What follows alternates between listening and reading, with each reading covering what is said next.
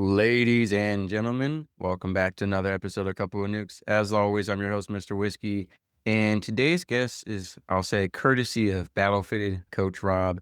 He posted a social media clip with today's guest, and that is kind of what led to this conversation happening.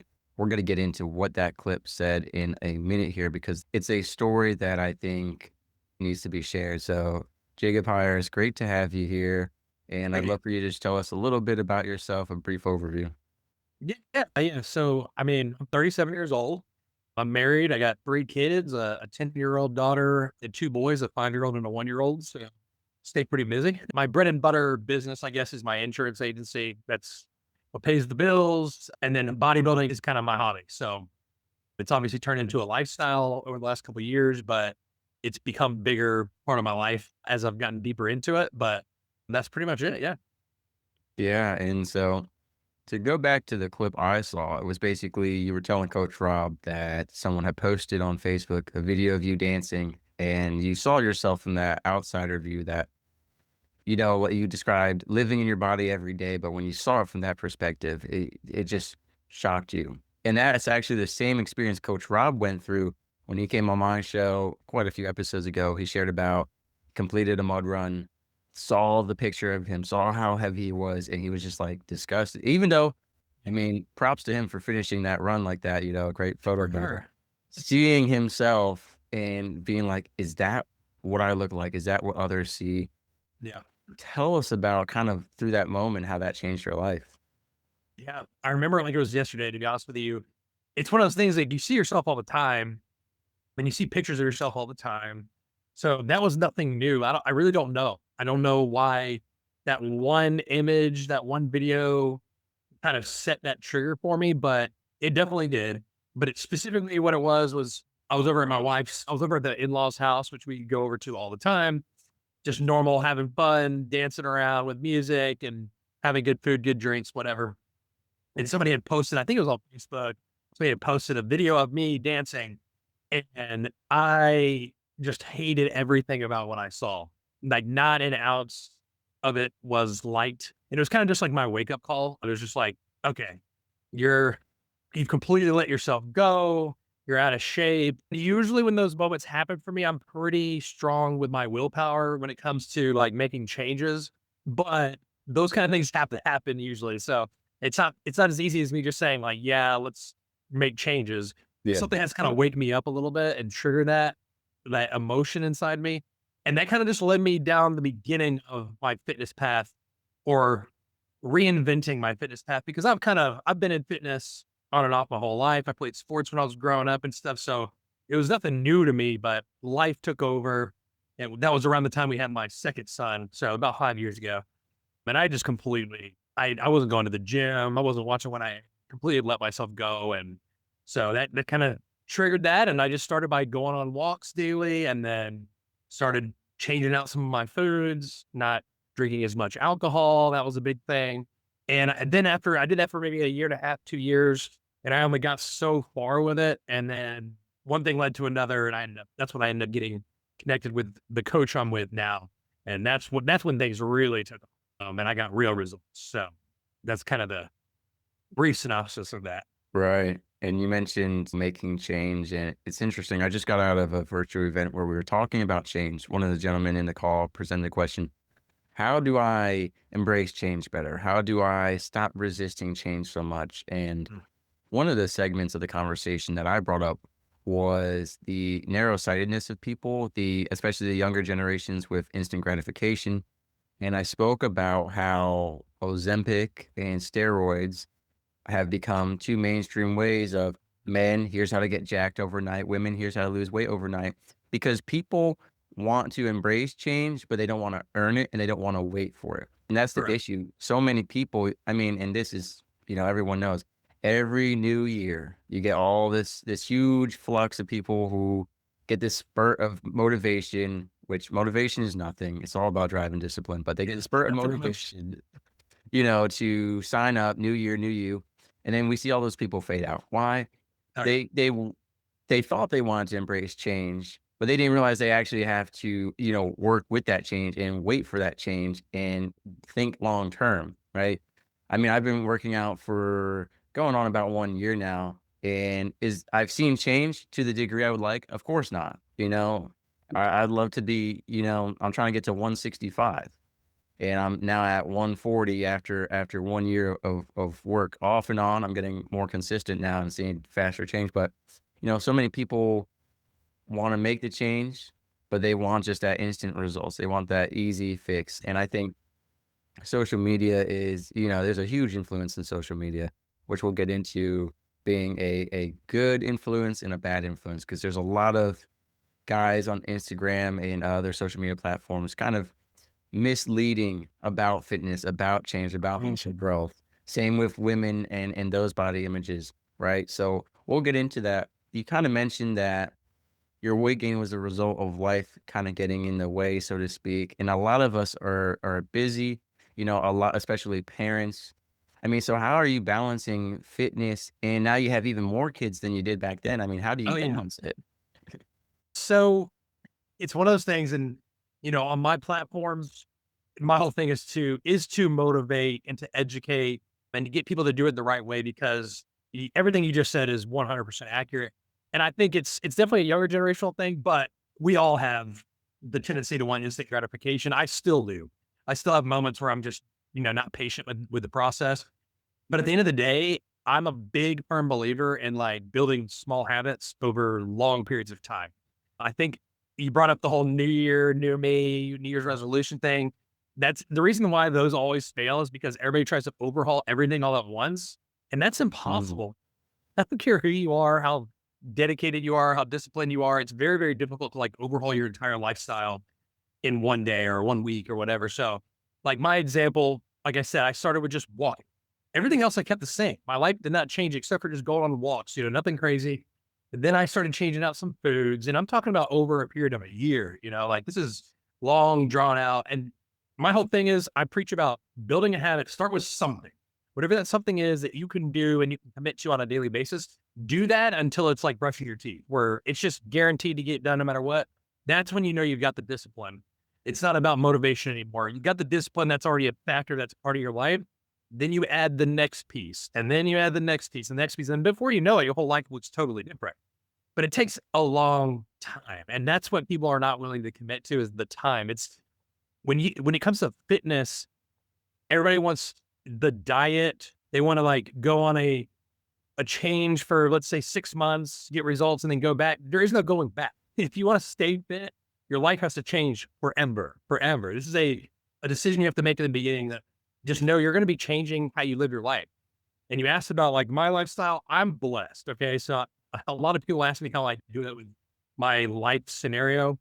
I'm blessed that my main income is not a 9 to 5 job. I run my own business, so I make my own schedule. So first thing I do in the morning, we get the kids ready, get the older ones to school. And then me and my wife, we don't even drive together because we have different routines and stuff. We both go to the gym in the morning, and that's my priority. I don't do anything else. I don't think about work, nothing until my gym is done. Once I do my gym, then I come home and I work from home. So that also makes it easier. And then I focus on work, which is mostly afternoon hours. So I'm working kind of part-time hours, which most people can't do. So, again, you got to kind of figure out what works for you and your schedule, but that's how I'm able to balance it. You mentioned something so important, and I want to make the analogy to I do a lot of addiction recovery work on this show. It's the same as if you're trying to get sober to drink again, right? If you're one of those alcoholics who, all right, I've started to get physical damage to my liver, I'm gonna sober up and then start drinking again. They because you talked about I'm just gonna get in shape just so I can eat unhealthy again or eat more unhealthy or to get back to this thing. It's kind of like creating this cycle. So I think a lot of people get stuck in that. And I'm with you on the overhaul. When I first started working out, it was full body workout. Every time I went to the gym, we're hitting every single muscle. And now I'm at the point where I do the designated days. Like we're doing, chest today, triceps, and back to whatever it is, right? Everyone has their own different routines. But I was just so hot to try. I was like, we need to hit everything always. We want to go everything all at once. And I didn't want to patiently, but I have found it's so much more beneficial to give the proper attention and really maximize out each muscle group. And I realized that, like, this big race that we kind of set up in our own heads. Yeah. When I was younger, I didn't want to work out because of this whole paranoia of I always wanted to be at 100%. I never wanted to be at, you know, less than that because I had worked out. But I realized like my 50% now is so much higher than my 100% back then. Sure. And it's like, again, I was in that mindset of I want the change without the consequences, without the hardships, without everything that needs to go into it. And I'm so glad that I like, turned around and have made that change. And so where are you now physically compared to then, like in terms of weight, body fat, and all that? Yeah. So, normally, like right now, I'm pretty light because I just competed a handful of days ago.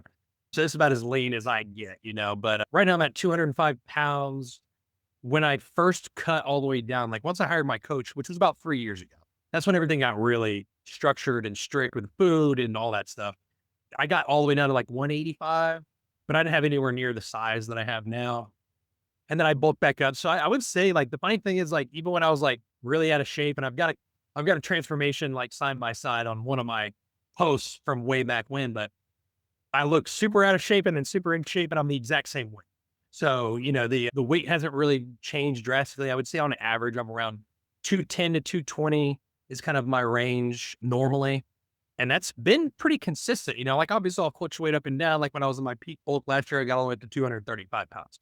But then you cut back down and I got all the way down to like 195. So there's a pretty big fluctuation there, but it just depends on what I'm targeting, what I'm trying to accomplish at that time. So Right. And you did mention bodybuilding. I know you were at the Georgia Convention Center not too long ago, like yeah. you said. And so what kind of got you into like, hey, I'm going to the gym now. I want to turn my life around. I'm getting into shape to, I want to start competing. I want to, compete against other people. Like, how Great did you question. stumble into that? It's a great question because it was not my plan by any means. My coach is a professional bodybuilder. So he rubbed off on me over time, but I started with him literally just for lifestyle change, right? I just wanted to get in shape, about, or at that point in my life, I had never even obtained a six pack ever in my life. No, I was never like always overweight or anything. I just never was lean enough to see a six pack. So I told him, I was like, that was my goal number one. I was like, I want to see if I can get lean enough to see a six pack. And so that's what we did. And then that was kind of phase one. Then phase two is like, okay, well, we've leaned out as much as possible. Let's put on some muscle size. And we did that for like about a year and a half, 2 years. And the deeper we got into it, the more he was like, you're built for this. You can do bodybuilding if you want to. And just having him kind of like, I guess, build my ego up a little bit over time. I got to a point physically. I'm the type of person I'm not going to dive into something like that unless I know I'm ready. I'm not like that. So, I got to a point where I was like, I think I could do this. I at least want to try it. And so we committed to doing it. I actually was going to do it last year, and that's when we had our 1 year old. So that completely threw that off. So we put it off a year, which was beneficial because I was able to kind of put on more size. And so it's been kind of planned out for about a year and a half before I actually did the show, as far as deciding to do it. Now, as far as my routine, and everything, not much really changed. I was already kind of doing the bodybuilding lifestyle. I just wasn't committed to competing at that point. But now that I've done it once, now I want to do it again. Now I want to go for the pro card and take it to the next level. Yeah. So what insights could you share from you just competed a few days ago in terms of your placement? How did you feel about it? What kind of lessons have you learned from not just the preparation, but from the how the competition itself went? Yeah, so I'll start with the prep part because we decided most bodybuilders on average, I would say they start their prep cycle about 16 weeks out from the show. We decided to do it 24 weeks out. So I think it was around the beginning of February is when I started prepping. And that's an extremely long prep. And I'm pretty good about, I mean, I've been in a routine food wise for so many years now to where I eat the same 5 meals every day. It's been like that for years. And so for me, that's normal. The hard part about prep is usually you get like a cheat meal where you go out to a restaurant, do your thing on the weekend or whatever. And that's kind of the balance that keeps you happy and good and moving forward. Once those get cut out, that's when the mental starts crunching. Yeah. Because not only are you weak and tired all the time, which makes you kind of irritable and stuff, but then you're not getting the balance that, food makes people happy. Like it makes us all happy. So you're not getting that release either. And so me and my wife went through a rough patch for about a month, to be honest, where she was even starting to say things like it's bodybuilding or us kind of thing, right? Like it got Mm, depth. And it was just me not knowing. It was a whole new world for me. I've never experienced it. Now looking back, we kind of figured out a lot of things and how to make adjustments to make it work. And the end of the prep was way smoother than the middle of it. So, we figured that out. That was kind of one of those things you have to figure out the hard way, unfortunately.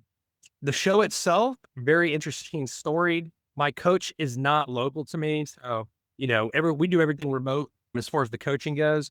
He always though will show up to a show and guide you through that process. So he was driving down. The show was on Friday. I had to check in on Thursday. He was driving down on Wednesday last week and got in a head-on collision on the way. So wow.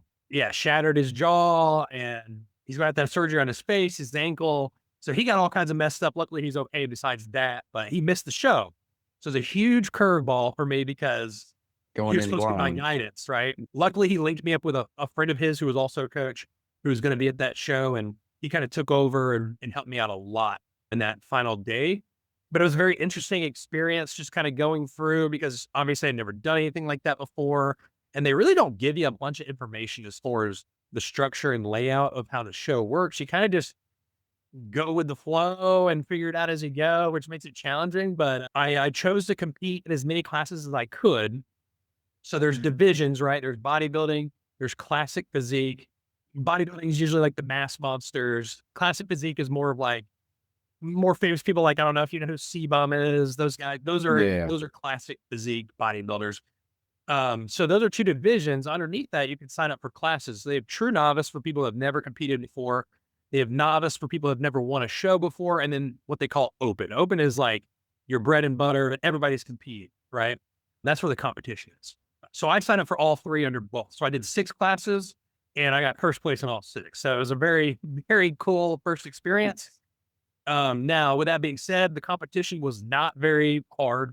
There wasn't a ton of guys there. It was a smaller show. And then, looking ahead towards, going after my pro card in probably another year, I was able to see the pros there as well because they were, their schedule was either right before us or right after us. And so you kind of gave me the bar like, okay, that's what I need to be at if I'm going to go pro. I need to be able to compete against these guys. So that was a really cool thing to see firsthand because it was like, yeah, it was a really cool first experience and I won a local show, but to get your pro card, it's like a whole nother beast, a whole nother level. And so it was like, as soon as I got back from the show on the weekend, I enjoyed the relaxation and the food and all that. And then Monday was got to get right back on it. So right back on track. Yeah, your small little victory, and then Yeah. it's back to training. So, when is your next upcoming show? Will it be next year, or there's other shows you're gonna try to? So when you win like I did, then it qualifies you to compete in a national level show. And you have to win first place overall against all classes to to earn your pro card, which is what my next goal is. But those are super competitive. So I obviously need time to develop myself more, to do better posing, all that stuff that goes into it. And so you have all the way through the following calendar year to use that qualification to compete. So ideally, they haven't released the schedule of shows or anything for next year, but it'll probably be around the same time, maybe later in the year next year when I compete again. The way that I'm hearing it described, it's an art as much as it is just a muscle mass competition. Oh, Because do you do certain workouts to sculpt your muscles a certain way? Because I know there's like I was talking to a guy at the gym, like certain bicep exercises are making it, longer or taller, like different shapes and stuff. So do you do very specific things to try to meet requirements or to design your physique a certain way? yes and no. So the best way I can answer that question, I guess, you're technically trying to develop every part of every muscle, but where you have to be kind of cognizant is a big thing in bodybuilding is balance. Like if you have, and everybody has strong points and weak points on their body naturally. And so I'm fortunate that I typically just naturally build very balanced by myself. So I don't have to do like a lot of focus, but like for this last year leading up to the show, my hamstrings were super, super weak, underdeveloped. So we added 2 leg days instead of 1, where 1 is just hamstrings. So you definitely do things like that where you kind of spend more time on certain body parts. My arms have always been very, very easy to develop. They grow faster than everything else. So I don't have to spend a ton of time I wish working I had out in the that gym. problem. Yeah, yeah. A lot of people do, but it's definitely a benefit, like looks wise, I guess. But yeah, I don't get to work them out as much as I would like to because then I would create an imbalance, and that's a big thing. But what you were just saying, yeah, the biggest thing, like when you're on stage, you can be the best physique by far. You could be the biggest guy by far, the leanest guy. All that does play a factor, but at the end of the day, it's how you present it with your posing. So, if you're not really, really crisp and clean with like creating illusions of being bigger at certain angles and stuff, because again, you're trying to like enhance your weaknesses to make them look like strengths, and then you're really trying to display your strengths in the spotlight for the judges. So that's where the art piece comes in, and you can win or lose a show on posing alone. So you can put all that work in for years to develop your body, but if you don't know how to display it properly, you're Right. Yeah, I can relate to the so my issue, which is most people probably be like, I wish I had that issue, was my abs developed so much faster than everything else that I oh, yeah. became pot-bellied, where I had a six-pack of abs, but my chest was still flat. And Yeah. so with a shirt on, it looked like I just had a little beer belly. And it's like, no, actually, it's a six-pack of abs. I just Right. haven't developed my chest. And I'm finally getting to the point where they're kind of caught up. So, because like ideally, you want, at least for me, I want my chest out further than my Oh, abs. So yeah. I don't Or look that more. boring. And it's like most people would be like, I wish my abs, developed so much that I had that. But it's Okay.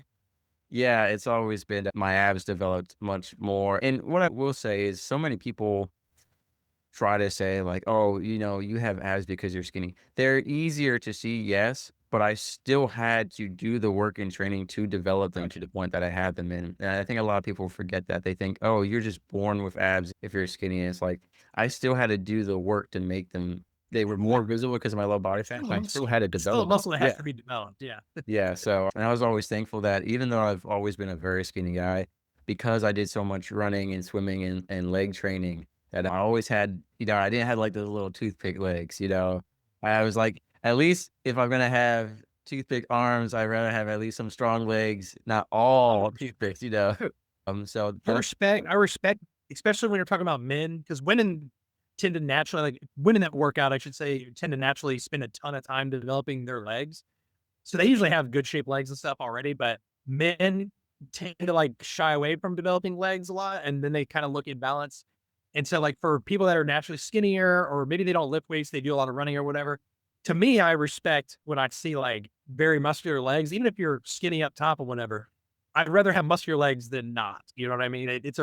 It looks natural, it looks healthy. It's the way you're supposed to be, I think. Oh yeah, I met some skinny guys who have like these giant iron calves, and I'm like, I Oh would yeah. not want this person to kick me. These soccer players who just like, it's so unexpected. And for me, it's like the way I've trained is developed more strength and less aesthetically, so I'm able to do a lot more than what it looks like. But it's frustrating. And we live in a day and age where everything's celebrity and popularity competition, and it's not about what you can do, but what it looks like you can do. Mm. For And I gotta say, just because I'm thinking about it, I posted the other day about how I hate push-ups. Like, people love them. I just my least favorite workout. So I have to ask, is there a workout that you're kind of forced to do for your bodybuilding that you just hate, that you just dread? And is there um, one that you love on the other spectrum? yeah, so I mean, there definitely is. So I think everybody that would watch this can relate to not enjoying leg day. I have surprisingly, I used to hate leg day, like back before my Mm, coaching. Now, if I skipped one day, it'd be like that. Then you can kind of get into the development of your body to get really in tune with that piece. And then when you start seeing like the changes in the growth of your legs, like I like leg day more. I'm not saying I love it or anything. So I would say like hack squats, it's it's a very big time love-hate relationship for me. I love it in the fact that it gets me great results, but I despise doing them because they're extremely brutal, extremely painful. Unfortunately, when you become more experienced, like I am with leg development, if you're not living in that brutally painful zone, you're just not going to develop your legs. Legs are yeah. the hardest thing to develop because your intensity has to be 10 times harder than anything else you work out. So I love trying to think. I don't know. I'm a big fan. So my chest used to be my biggest weak point. And I've turned it into a stronger point. because I got away from doing regular bench press and stuff. I just never do those anymore. And so cable flies would probably be one of my favorites. The more flies I do, the more chest development I seem to get. Mm, I get away from, I still do pressing movements, but I'm I writing don't that do it down. as That's what I much. need. I used to build my entire chest workout on bench press, machine press, all the pressing movements. And obviously you need those as part of it, but the flies is really, really gets you going, in my opinion. I'm gonna write that down because I think my chest is my weakest point right now. Like I've been working on it a lot, and I do a lot of non-bench press work as well. Although I always try to throw that in there because it's class. Everyone wants to know what you bench. Everyone Oh, yeah. wants to, I get that you question all the time, know, and I always tell 'em I can't answer it. I don't know. yeah. Ever But since I did regular bench press. the irony for me is I always loved leg day. It's the thing I do the least, but I always loved it because it was my strongest lift. Because I Yeah. was always, I mean, would sometimes run for 2 hours straight every other day. I would swim. I like that.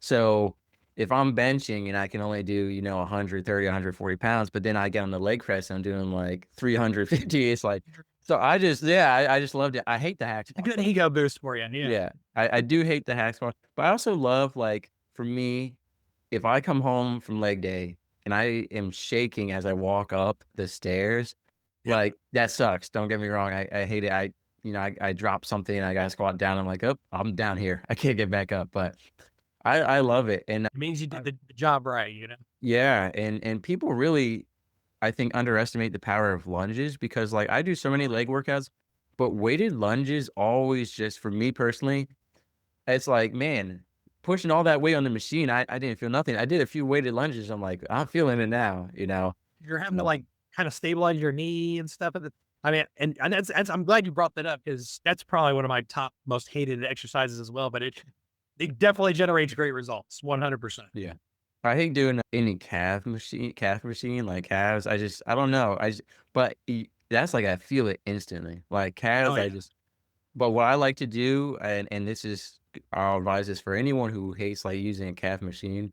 If you do barefoot running on soft sand, that's a great calf workout. If you add weight to it, Mhm. that's a great workout. I was doing the weighted stroller, weighted vest run the other day, and I aimed at my calves, and I personally enjoy it better than the machine. Right. Just running, and yeah. So I mean, you're gonna be competing again, obviously, good luck with that, and, Thank you. it's gonna be a lot of trading. Hopefully, it sounds like you've got a better idea of how to do it, and, you kinda touched upon something I was gonna ask earlier, which was about the balance, about, how to not idolize it or make it an obsession that kinda pushes other things away, and so, like, you mentioned your wife saying bodybuilding or me. What did it take to fix that? Was it cutting back on bodybuilding or was it just communication and transparency? Like, what advice would you give people? Some of it was just battling through the hard patch, and I give you some more details because the details matter with this piece of the conversation. Yeah. So my wife, her love language is like all the love languages. She doesn't have one. She likes to be touched and kissed and hugged and loved on. And when you are like super depleted and your body fat gets super low, your mind starts not functioning correctly. And so your libido is crashing and the whole like touchy feeling thing is gone. Okay. Like it's dead. So that's where the disconnect came in is she needs to feel the connection. And I wasn't giving that to her because I was kind of dealing with my own internal battle. Right. And I'm the type that when I'm battling something, I tend to internalize it. That's just how I've always done it. And that was a mistake. I should have explained better about here's what I'm dealing with, here's what I'm going through, here's why I am the way I am. And so, yeah, communication, we actually started doing something that we had never done where at night, once a night, once the kids went down, we had like an open conversation where it was like, we're not going to get defensive. This is not an argument. It's just purely communication. Like just for today, what did I do that, or what can I do to be better? For you, how are you feeling? All that kind of stuff. And that was a really, we actually, I feel like our relationship got extremely stronger because of this, because we did get pushed through a major trial. And me and my wife have always gotten along so well. We work so well together that we've never really been tested like that ever. And so this is it was a good challenge for us. It was a brutal patch, but I think we came out on top and stronger and better than we ever have before. And now it's completely different. Now she's so about it. She's all on the soldier team. She's talking about going for pro card. And so she's 100% on board now. And it's funny because she's also the same one that not that long ago used to tell me, like, if you wanted to be with somebody that ate healthy food or went to the gym with you, like, you better find somebody else. And I was like, I never said anything about it, but now she ended up hiring my coach's wife, who's also a bodybuilder, to do her coaching. And she does her own meal plan, her own workout regimen. And that just happened naturally and organically just from me doing it, which makes it so much easier because now it's like we both eat similar foods. It's easier to keep the kids on track, with eating healthier foods overall. It's just improved our lives altogether. But it is a lifestyle. And when I say lifestyle overhaul, the way I could put this is everybody that we know, when they're coming over to visit or whatever, unless we're planning a meal, we let them know, like, if you need to eat snacks or stuff, you got to bring them because we don't have that stuff in this house. We Yeah. got protein, we got chicken, we got rice, we got the basics, but we don't have the junk. So if you need junk, you got to bring it. Yeah, I think that alignment is so important because, like you talked about, it's easier. My ex-fiance, she was on a calorie deficit and I was on bulk up weight gain diet. And Right. so meal prepping, it's like, all right, I'm just gonna make 6 of the dishes for you and I'm gonna eat 1 of them. And Right. hopefully they add up to be what you need. And it's like Yes. it's when you're total opposite. And it's interesting you brought that up because I was gonna ask about, having a partner who's into fitness, but also you mentioned being a father. And a lot of times if we love something, our children will see our love for it, they'll get into it. But oftentimes parents, we accidentally kind of push it onto our children and then they're not interested. How have you kind of introduced fitness to them and integrated it in a way that you're not kind of saying, hey, you need to be the bodybuilder, but this is why it's important. This is why I love it. And this is why I want you to be a part of it. That's a great question. For me, I 100% agree with what you said. I never want to force my my lifestyle on my kids. I'd rather just live it, and then they can see the results of it. We talk about it, obviously. They ask me questions, especially when when I was deep into prep and we were going out to restaurants and I was bringing my own food. Like it took them a while to understand why that was happening, and but then they also saw the dedication, the commitment. And once they got used to it, then like when we all went out to that first cheat meal the night of the show when it was all over, they were more excited for me eating a burger and fries than even I was. It's just a cool experience to see. Now I will say, like, as far as the food goes, because we don't the one thing we definitely force, if you want to put it that way, force on them is healthy eating. Now, Yeah. that's kind of just by default. It's not like we're like hardcore strict. I mean, they still get their junk, their ice cream. I mean, they got grandparents on both sides that are close by and they spoil Yeah. them all the Yeah. time. So they get plenty of the junk and stuff on the weekends and all that.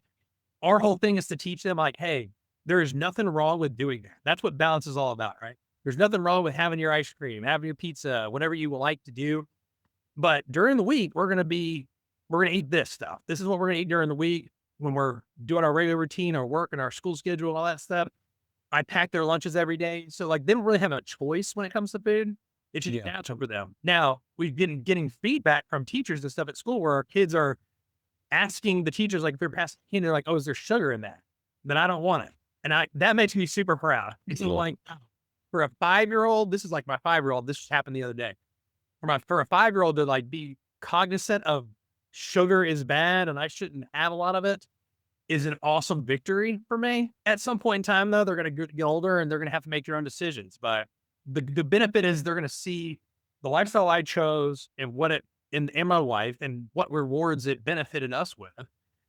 And they can go down a different path, but there's always going to be that to fall back. You know what I mean? So they might go astray for a time, and but then they might start feeling like crap, and they might get overweight or whatever it may be that brings them back. But at least they have that as their foundation. Yeah, I know. I've always wanted to be the dad who jogs with the kid in the stroller at the park. Now, I do that with my dog because she's a 3-pound chihuahua, so I push her in the stroller, but, like, Like, I've always wanted to and be it's that, all like makes sense. So, yeah, she's only 3 pounds, so that's why I put the weighted plates in the stroller because, that wouldn't be much of a workout if it was just her, right. but yeah, I always wanted to be that dad. We were out there with the kiddos, and I think it's a great way to bond as long as it goes great. If you're understanding not too harsh. And because on the other end, I've seen some Marines who train their sons to become a Marine, and it's like that was not good father bonding, father son That moment can be a little bit too over the extreme, I think, edge. and then you might scare them away from that lifestyle by forcing it. Yeah. So my whole thing is like, especially like with my sons, if they grow up and they ask me to work out with me, of course I'll say yes, welcome them with open arms, and we'll go one step at a time. But I'm never going to be like, you should do this, you should try this. Now, when it comes to like sports in general, we're kind of from the. I kind of grew up this way as well, where my parents forced me to try everything once. If I didn't like it, I didn't have to continue after that season or whatever. But it really kind of just like feeds all the different options for you, you know? So our kids have Oh, already yeah. started that process as far as trying different sports and getting involved in a lot of different things and figuring out what they like, you know? Yeah, because you never know if you don't try it first. And my thing is, I had the opposite experience with my parents where they came to me and they're like, "Son, you're at the age now you gotta do a sport." And I said, "Okay." I said, "I'd really like to do hockey." I said, I'm really fascinated with it. I love ice skating. I'd love to do it more aggressively, play hockey." "Son, that's too dangerous. No, you can't do that." Yeah. And so they shut that down. And then they signed me up for lacrosse without asking me. They just signed me up for lacrosse. And Same thing. I was like, "So this is less dangerous?" And the other complaint was that it was expensive gear. And I was like, "Now you gotta buy lacrosse gear." Oh yeah. But then I missed the cutoff for like the age or the date or whatever by like 4 days. I had to wait till next year. So they said, "Son, since you're not playing sports, you gotta play an instrument." And then they said, I love the story. They said, "What do you wanna play?" I said, "Well, I'd love to play the guitar, to be able to just take the guitar out and woo the ladies with a country song or, gather around a church group and start playing songs of faith." It's just something very versatile. I could pretty Right. much use it anywhere. "Son, that's too common. You gotta pick something else." I said, "Okay, well, I'd love to woo people and play songs of faith on the piano." Same thing, Right. piano. I don't carry a piano around, but there's usually one around. "Son, that's also too common. You're gonna be a violinist." So, no, I had the opposite experience where I did not get to try everything. Yeah. When I was in kindergarten, 1st grade, my father, forced me to do wrestling, and I just didn't enjoy it. I would do it now, but at that time, I was like 5, 6 years old, and I was like, "I just wanna be home with my sisters playing video games, watching TV." Right. Okay. Right. But I really wish I had played baseball or something, and it's kind of hard. I wish there was more ways for, like, people in their 20s who aren't in college to kind of get sports opportunities, especially that you're not playing against people who have played for years. Because it's like, in my age group, it's like everyone who does it because they've been doing it since they were, like, 5. Like, there's Right. no beginners, young adults, like, sports groups, and I wish there was more stuff out there for that. That's a good point. Yeah. Just keep adults active, you know? Yeah, yeah, so you've got a lot of big things coming your way, and then as far as, like, you mentioned education on fitness, on nutrition. Are you looking at developing into, like, coaching people, or is more like you're just on social media, on the shows, kind of sharing what you know? Like, what's the development of that looking like? So yeah, I'm kind of figuring that out at this moment in time. I'm open to coaching. I actually have a few calls after this with people from TikTok that have just hopped on my lives at the gym that are interested in getting coaching. And I'm very open. I mean, very transparent with those people because my whole thing is I would not be opposed to coaching. I'm all for helping people out. And it would be a good little side hustle, if you will. But what I do know is the amount of time that I have to give to each individual would be very limited. So I would not be able to take on a ton of clients. You know, it'd be like a handful maximum for me to be able to do it properly for them. You know, that would be my main thing. And so if that's going to be the case, then the main thing is figuring out, are we going to be a good fit for each other? Yeah. So I'm looking more to coach people that already have the mindset correct. I don't have time to babysit a mindset. I just don't have the time. There are coaches Mhm. out there that do. And if you are at that level of the game, you need to find somebody else. I just don't have the time to commit to get you beyond that initial hump. So I'm looking into it. We'll see how today goes with a few of these people I'm talking to, but nothing like massive into coaching right now. And I really am just kind of using, I guess I just kind of got into the whole social media thing as far as like posting content and stuff pretty recently, like as in like the last like 4 or 5 months roughly is when I kind of started being active doing that. And for me, it was just like it was a big moment in time for me when I got connected with my coach, who was God definitely put him in my life because it's the perfect connection. We work so well together. I've achieved everything I could ever ask for through him so far. And that was just one person having an impact on me, right? Like I want to be able to do the Yeah. same thing for others. I get an energetic high when I'm able to like help people or guide people to get over the trials and tribulations of figuring out their own fitness journey because everybody struggles. I don't care who you are.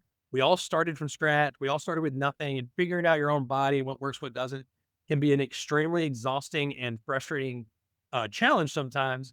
Sometimes you just need that little bit of extra guidance or help from people that have the experience or the knowledge to kind of get you over those humps.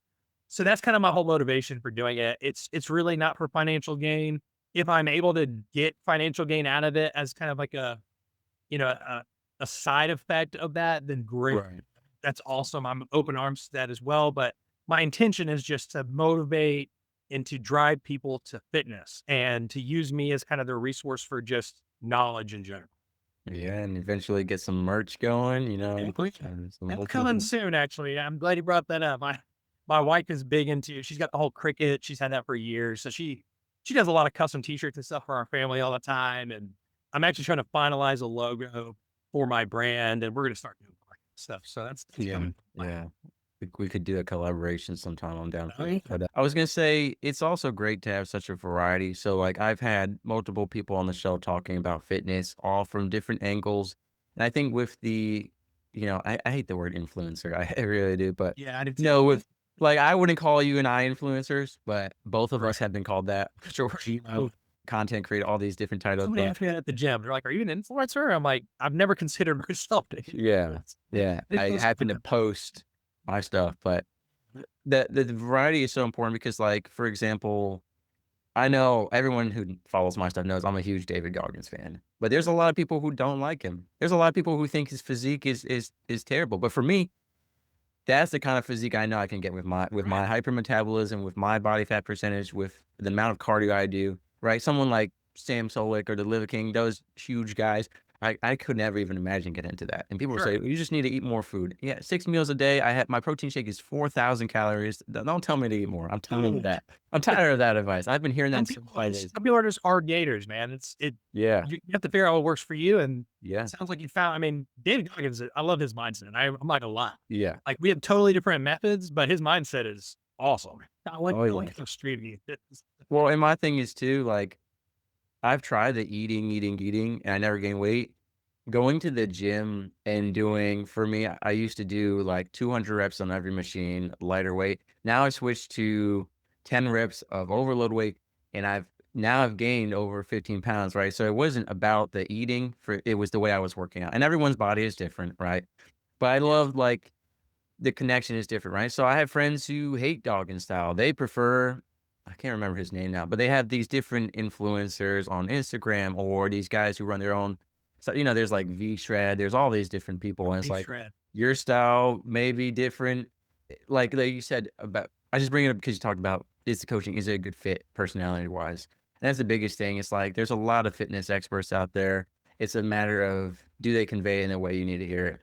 Mhm. Because like I talked about, I don't curse, I don't yell, some people love the cursing and yelling style. That's what they need to hear. And Right. some people need to be talked to very gently. And then same with I've had women on my show who do fitness very differently. You have women who are very hardcore in bodybuilders, or you have women who are very leg day influencers. And then I've had women who are very focused on cardio and CrossFit. So I think it's just important, whether paid or not, the reason you put yourself out there is because people just connect differently with different types of Oh, yeah. content. It's the same way, like, there's 100 podcasts that do the same content I do. It's just the delivery is different, you know? Mhm. So, I 100%. appreciate what you do, and I'm sure it'll expand into more. Maybe you have your own podcast one day, Maybe. Maybe. But with 3 kids, that can definitely be a We'll wait till they get a little bit older. yeah, but, so you've kind of told us about your future plans, what you're going through right now, and your past. If you had just to wrap it all up in one message to people who are trying to get into the fitness journey or people who are in it and struggling, specifically those 2 audiences, what would you say to them? I would say find somebody for guidance. I throw myself out there just because I'm here, but people like me, I'm not selling you a plan. I'm not selling you the information. I literally tell people all the time on my social media, and I'm sure one day down the road, hopefully my following is too big to be able to do this, but DM me. Like when I'm in doing live streams and stuff, and people are asking me really specific, detailed questions, I'm like, hey, that's like almost a conversation we need to have. So DM me on the side, but that's all just I give that up for free. That's just my time because I just want to help. That's it. So you need to find people like that. Okay. And it might not be me. It might, because there's a lot of people that don't connect with me. Trust me, it's fine. You got to find the one that you connect with. And maybe it's social media, maybe it's somebody in your actual life, family, friend, whatever. But I think having a resource like to where you're not on your own, that you can bounce ideas off of, ask questions, it's extremely helpful, especially when you're talking about what you're talking about, when you're going through a period of struggle. Because I feel like in the beginning phases of fitness journeys, it's always the mental struggles that force people out and derail people's plans. Yeah. And the funny thing is, everybody goes through it. 100% of everybody goes through those mental battles and struggles. And so when you know that, it's easier to like kind of bounce ideas off of people, live through other people's already lived experiences, right? Like I'm all about like just building community through people because that's what we're here for, right? Like, don't try to do things on your own. You have people you can reach out to, whether you personally know them or not. I mean, social media is ridiculous. There's millions of people that you have access to at the touch of your fingertips. There's always people that are willing to help. You just have to find them and find the ones that work for you and use that as your sounding board. I don't think there's anything wrong with it. So I gotta say, there might be people watching and listening right now who say, Jacob, this is so easy for you to say you're huge, you're jacked, you go to the gym, it's your playground. Can you kind of speak on some of the struggles you had when you first started and even now that they can relate to? Yes. Oh, that's a big, big, big thing. And you're exactly right. People look at people like me and they're like, oh, well, it's just this, it's just that. He's already got it. Great. And that is a thing, and I've been there as well, where I'm like, "Oh, well, this guy, or he doesn't even know what it's like," and it's like, no, I was about 80 pounds overweight when I started on my journey about 5 years ago, okay? So, I was extremely overweight, and I tried to do it on my own, and I lost about 30 or 40 of those pounds, I believe, on my own, doing little changes and stuff, and then I ended up having to hire my coach, like I said, like, really get to the level I wanted to get to, but the struggle was trying to figure it out, right? Like the whole struggle is always trying to figure out because we've talked about this multiple times, your body style and your lifestyle, what works for you, what doesn't, is going to be very different than mine, very different than the next person. And so the hardest part is figuring out what makes it functional for you. How are you going to overhaul your lifestyle to where this is something that's doable on a daily basis? Especially when you're talking about food. I preach food all the time because food is everything. Whether you're bulking, cutting, whatever you're trying to accomplish, food is going to give you like 90% of your results, no matter what you're doing in the gym. So if your food's not on track or you just need help with that, like food should not be miserable either. Like I said, I've been eating the same 5 meals for years now because I enjoy those 5 meals. So for me, it's easy to repeat those meals. But that took time to figure out. And that was lots of tweaking and subbing out items of food and figuring out, took months and months and months to really figure out what I enjoyed and what I like. So there is a growth period that is not fun. It's not smooth, it's not easy, and there's no way to sugarcoat that. Those are challenges that you have to go through, but I'm a firm believer, this applies to everything in life. If you're not getting challenged in life, you're never changing. You're not developing. You're not evolving as a person. So putting yourself through those challenges intentionally is a good thing because you're going to come out better, stronger, more knowledgeable, whatever the case may be, but you're going to become a better person and more evolved form of yourself by putting yourself through those challenges. So I think it's more about the mindset of accepting the challenge and knowing that this is not going to be easy. You're drastically changing your lifestyle, and that's hard for everybody to do, especially if you're like me. Like I was the beer, the wings, the burgers, the fries, like that was my life, If I went out with friends, we were getting some wings and a couple beers to have fun with, and that's I still enjoy that from time to time, don't get me wrong, but when that's like not like a everyday thing and it only becomes in a rare occurrence thing, that's a very tough transition to go through for most people, but it can be done. You just have to be willing to commit to the process and be willing to give yourself patience, plenty of patience and plenty of time. That's the main thing. Yeah, and I appreciate you being transparent with all that, especially the getting a coach, because I think a lot of people, especially men, there's a stigma around like, especially when it comes to fitness and being strong, you got to do it on your own, and that if you get a coach, well, I could think of a lot of words they would call you for doing that, right? And I won't name them for no reason, but I think being transparent like you are and people see a guy like you say, "Hey, like, I didn't get here on my own." I did work, I did research on my own, yes, to prepare and to get me all the way, I got help to professionally bodybuild and compete, and to have a Right. physique that most people would want. So I appreciate you sharing that because I'm sure there's plenty of guys out there who didn't make it on their own, but they say they did, and they hide the fact that they had a coach or a personal trainer or did this. And honestly, without research, without using social media and looking at workouts, I mean, no one could get there on their own, right? I mean, even if you don't hire a coach, you're still using all these people's videos and tutorials and all this stuff, right? So just know that like fitness is a journey. It's a difficult one. And you don't have to do it alone for the sake of your pride or anything. Like, I mean, I I'd think it rather applies look to any like kind of business, anything you're trying to accomplish. You should always be looking for the people that have already achieved what you yeah. want to achieve and use them as a resource because they've already lived it, you know? So you might as well learn from their mistakes and hopefully you can speed up the process for yourself. Yeah, for sure, and I rather look like you and say I had a little help than, being skinny a week and be I like, don't know if I "I'm could have getting done this there, by I'm making myself. I it." really Yeah, but, 6 times champion here says he's Man, yeah, you're gonna have to build a new, room in your house just to put up all the, I'm gonna just lay down on my dresser. I haven't had a chance to like figure it all out yet. But yeah, Yeah, there's a room down in our basement now. That's gonna be the new bodybuilding room, I think. We'll yeah, and then eventually when you're old and you got grandkids, it'll be the glory days room where you look at all the good old days. Like, yeah, but I appreciate you coming on the show, well, I'll probably have you back at some point in the future towards a show, whether before or after, especially once you launch your coaching business, if that's something that happens for you, but even just to see how things are going and more stuff because you've put forward that you're always learning, and so I'm sure that you'll be learning stuff throughout this next phase of your journey. yeah. And learning never stops, development never stops. This is something that I'm a big Georgia Bulldog fan and Georgia Bulldog coach Kirby Smart.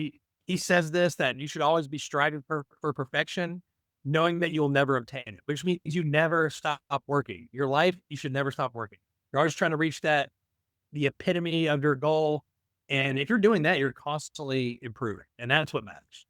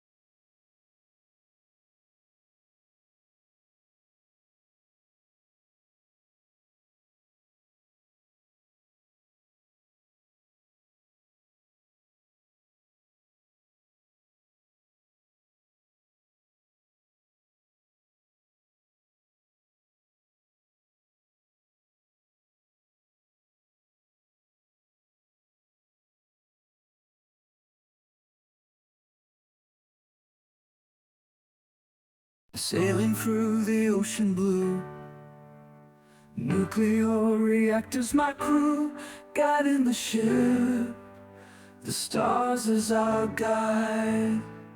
Through the waves we ride, jokes and laughter fill the air.